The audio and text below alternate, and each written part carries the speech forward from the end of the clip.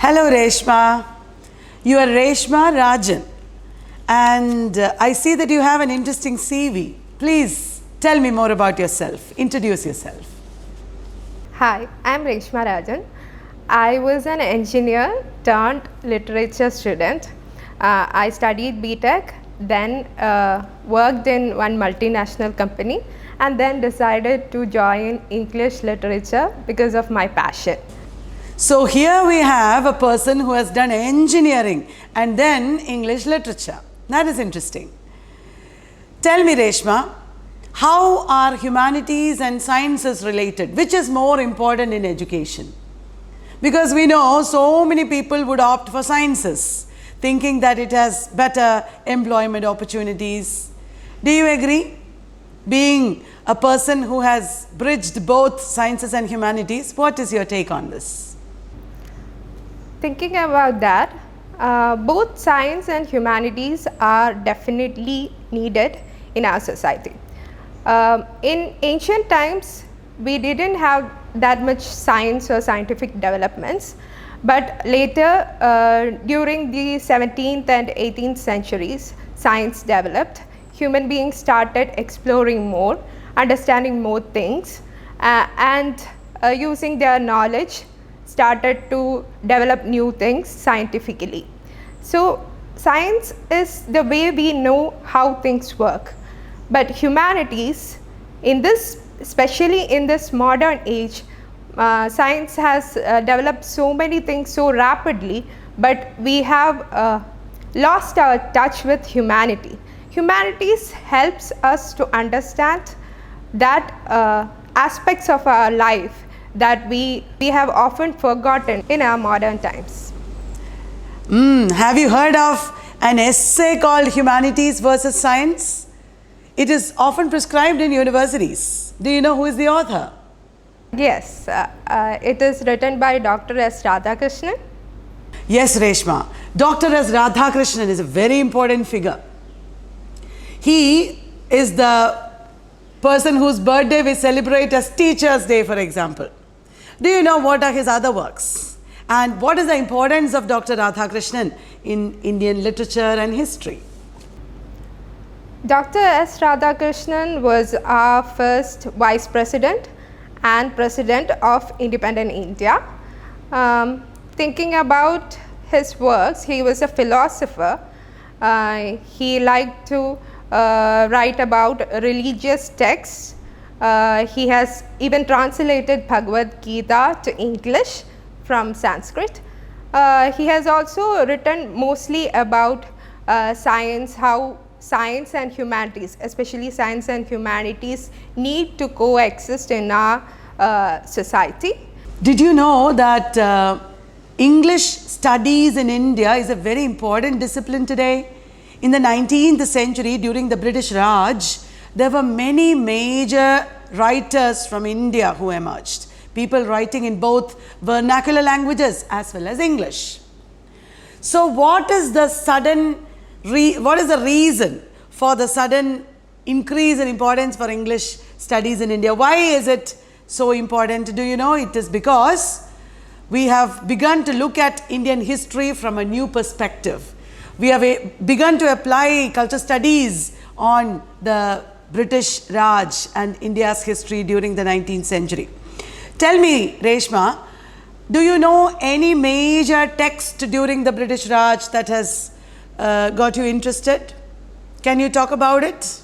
I would say Untouchable. Untouchable is a novel by Mulk Raj Anand, written in 1935, I guess. It is about a day in the life of Baka, a punky kid whose work is to clean the toilets of upper class men and people. This is about this is a realistic depiction of that class by Mulk Raj Anand. It was definitely a very touching story about him, how he has to live through. This is just about a day and how he has to live through so many struggles in one day. So he started to think how he can change, or the life around him can change, and he finds that probably Christianity or Gandhian thought or the flush system can help him from coming out of this very low life of his. Yes, Mulk Raj Anand has been called India's Charles Dickens also. Did you know that? Yes, I know. Why is Mulk Raj Anand called India's Charles Dickens? Like Charles Dickens, Mulk Raj Anand has depicted the social realities of life in India, while Charles Dickens has definitely depicted the social realities of the Industrial Revolution in England. What is the style in which Dickens wrote his novels? Yes, he has depicted a lot about the society and the life of people in the industrial Victorian times of England. He employed realism in novels like Oliver Twist, Great Expectations, Bleak House, etc. All his novels depict the life of very lower class in the Victorian England. Dickens employed social realism in representing the squalor and misery of the Victorian period. He also criticized the upper classes, the people who aspired to be gentlemen. Many of his novels are about what it means to be a gentleman, especially Great Expectations. So that is realism. Realism had many forms, not only social realism. There were many kinds of realism. That realism developed in France and then came to England. George Eliot, Thackeray, Hardy, all of them wrote realism. Tell me, Reshma, after realism, what happened? What are the approaches to literature that changed realism or replaced realism? The other styles after social realism was more towards the fragmentation of life and showing the chaos of life, that is during the World War times. It was mostly modernism and postmodernism after social realism. And what are the differences between modernism and postmodernism? Modernism, as I told, is about the fragmentation and depicting the characters' inner struggles and about the stream of consciousness of the characters, what thoughts they have during a whole day, like in Mrs. Dalloway. Postmodernism celebrates fragmentation and chaos, while modernism laments it. That is the main difference. Yes, very good. Can you name some postmodern writers? Yes. Postmodernist writers include Gabriel Garcia Marquez and also our own Salman Rushdie. Yes, now that you mentioned Salman Rushdie, he is definitely a major postmodern writer. Can you tell me some of his latest works? Are you in touch with his latest works? Let me think about it. He has written The Golden House and Quixote that has come out in the last 2 years, I guess. That's right, Quixote. It is based on Don Quixote. What about Rushdie's non-fiction? He has written many major essays and he has been known as a critic also. Can you tell me some of his major non-fiction works? The work that comes to my mind is his speech during the Commonwealth. The Commonwealth does not exist. It is also an essay included in the imaginary homelands, I guess. Have you been reading contemporary literature, Reshma? Are you in touch with any recently published novels? And can you tell me more about something you have read recently? Yes, I have. I have read the Man Booker Prize winning novel. It is International Man Booker Prize winning novel of David Diop, At Night All Blood is Black. Oh, very good. Tell me more about it. It is about a man a Sinhalese man who loses his best friend during the World War I. They were fighting, and he accidentally provokes his best friend to fight, and he loses his best friend during the battle. That's about post-colonialism. Can you show me how you would teach any novel by a woman writer? How would you teach a major text of women's writing that is probably prescribed in universities? Yes, I can. I will teach Roots and Shadows by Shashi Deshpande. Is it okay? Yes, please do. Today we are going to look into the text of Shashi Deshpande's Roots and Shadows. So, do you know anything about Shashi Deshpande? Shashi Deshpande was from Karnataka. She was a journalist, and she has written so many articles in magazines. And late into her career, she started writing stories, and many of her stories were later developed into novels. And she has received Sahitya Akademi Award for That Long Silence. So, talking about Roots and Shadows. Roots and Shadows is about, it's not only a physical journey of the protagonist, it is also a psychological journey of the protagonist, Indu. She is going back to her ancestral house, and while going back, she is also going back to her past memories and her experiences and coming into terms with it.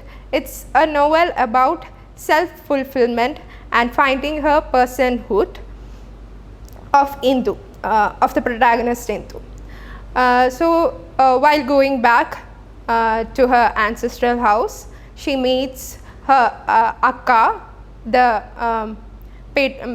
matriarch of the house, who is in her deathbed, and she comes to know that all the responsibilities of Akka are now on her shoulders, and she is bewildered because she has run away from this home because of Akka's torture and torment, and has tried to build a life of her own, but that was not entirely successful, and she was not at all satisfied.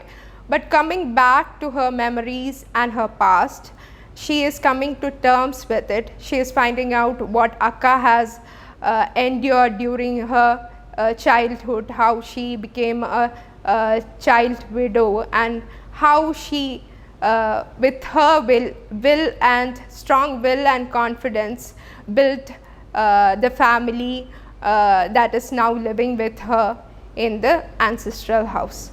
So, it's all about coming to terms with her past and her later deciding how to live her life. Even though she has an extramarital affair, she is coming to terms with it and going back to her husband. So, did you understand? This is mostly about a woman coming to terms with her life through her experience. This is mostly the theme of all of her novels. Okay, that's good. Now that you have talked about women's writing, let me also ask you about feminist theory. Is there any particular concept in feminism that has attracted you and that you would like to talk about? Yes, I can. Performativity, by the concept by Judith Butler. She has introduced this concept in the book Gender Trouble. And talking about performativity, performativity is basically about the gender construct. Every action, every speech, language, etc., everything is a gender performance. And she introduced this concept against the binary perception of gender. And this is related to the speech act theory of J.L. Austin also. Speech act theory of J.L. Austin and John Searle. Very good. Now that you mentioned language, tell me, what are the important problems in speaking and communication for Indian students, and how would you help Indian students in universities and colleges to speak better, to use better English? Yeah, the main focus that we should have to improve the language of students is communication itself. The linguistic approach is not very useful in improving the language skills of students. We have to make them speak, give them experience, and give them opportunities to speak and communicate, and that can definitely improve the skills of the students. That's nice. Do you have any teaching experience, Reshma? Not yet. I'm reading upon my to finalize my topic for PhD. I've been reading about so many things. No, my topic is not finalized yet. Oh, you are reading up for your PhD. What area, if I may ask? I'm reading on minority literature, subaltern studies, etc. Oh, that's good. Subaltern studies. Very important topic these days. I suppose you're connecting it with cultural studies? Yes, definitely. Can you name the major theorists of subaltern studies? Theorists include Antonio Gramsci, who coined the term subaltern, and we have our own Gayatri Chakrabarti Spivak, Ranajit Guha, Gyan Prakash, Partha Chatterjee, etc. What was really the focus of Ranajit Guha's subaltern studies group? What did they really work on? It focuses on Indian historiography and peasant uprising. Ranajit Guha has written a lot of articles which actually started the subaltern group in India. I see. And have you read any literary works by the subaltern? Yes, I have read Dalit literatures. Om Prakash Valmiki's autobiography Judan is one book that I read. Oh, thank you very much, Reshma. That was a very good session we had. Guys, Reshma has talked about a lot of areas that are very important in interviews and exams. Please look up all these areas. Remember, it is very, very important to know major authors and works from major areas in English literature. And also remember, there should be books that you have read. When they ask you to talk about a book that you have read, you should be able to do it with passion and genuine interest. So start reading, start making notes in a very structured manner. Don't leave out any area, because in an interview, you are talking about areas that you like, areas that you know, and also you have to show your originality and interest and passion. Learn to speak with fluency. When you prepare for an interview, it is very, very important that you get practice. Talk to yourself, attend mock interviews, and improve your performance, your speaking skills, and also thinking and performance, cross-connecting with other things that you know. These are all very, very important in an interview. I hope you enjoyed this session. We will be back with more. Until then, bye-bye.